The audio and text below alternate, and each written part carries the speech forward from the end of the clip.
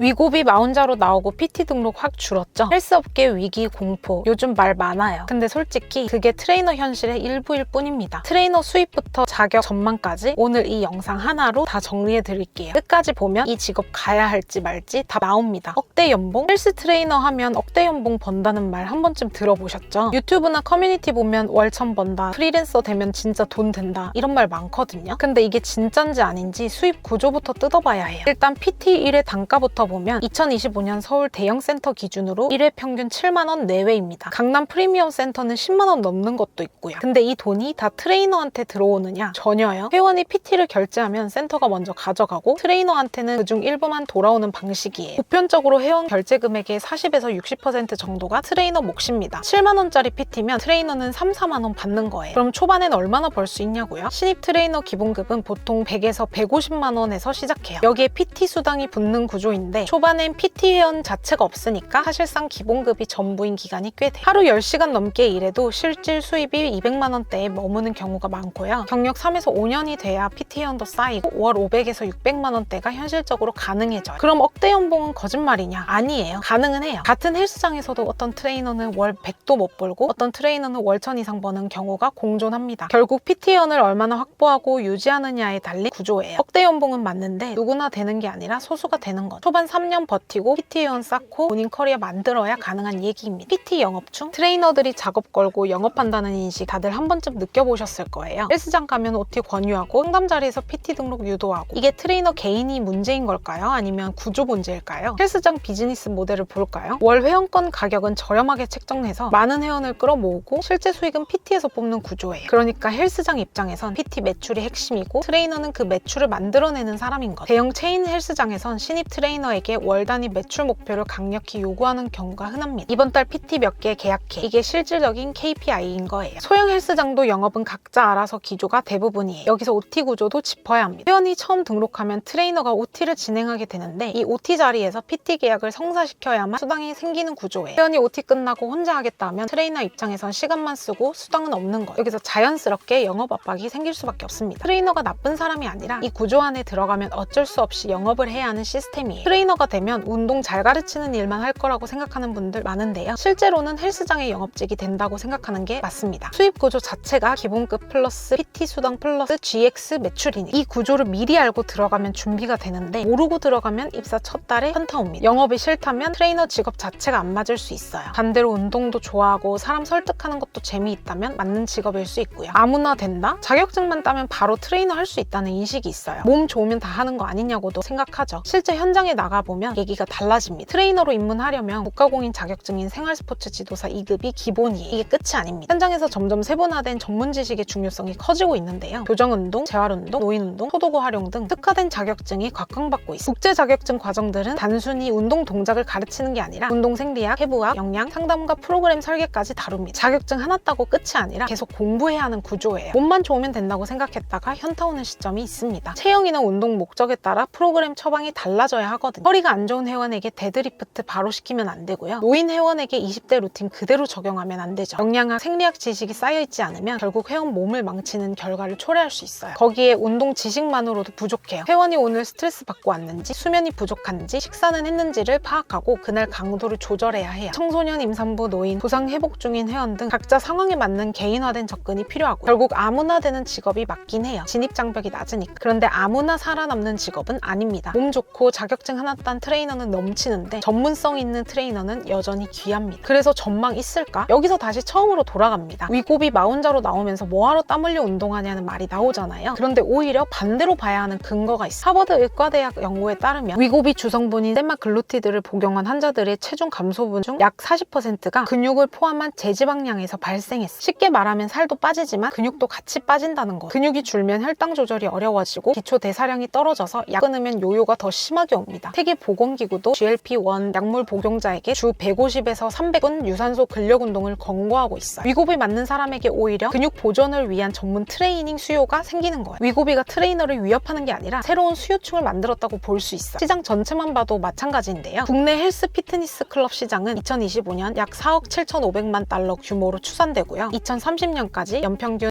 7.64% 성장할 것으로 전망됩니다. 포화 상태인 건 맞아요. 헬스장도 많고 트레이너도 많아요. 그런데 시장 자체 자체가 줄어드는 게 아니라 양극화되고 있는 거예요. 글로벌 시장 분석 자료를 보면 개인 트레이닝 서비스 부문은 2024년부터 2029년까지 약 12% 성장이 예상됩니다. 특히 성장이 두드러지는 분야가 아동 피트니스, 산전 트레이닝, 재활의 서비스, 만성질환자 프로그램 같은 전문 특화 영역이 그냥 웨이트 가르치는 트레이너는 앞으로 점점 설 자리가 줄어들 겁니다. 반면 재활, 노인, GLP-1 복용자 대상 근육 보존 프로그램 같은 전문 분야를 가진 트레이너는 오히려 수요가 커질 거고요. 결론은 이렇습니다. 전망 없는 직업이냐? 아니에요. 누구나 살아남는 직업이냐? 그것도 아니에요. 전문 분야 없이 그냥 트레이너로 버티면 힘들고 특화된 분야를 만들어가면 오히려 지금이 기회일 수 있어요. 트레이너 현실 어느 정도 파악되셨나요? 영상 도움되셨다면 하나씩만 남겨주시면 감사하겠습니다. 시청해주셔서 감사합니다.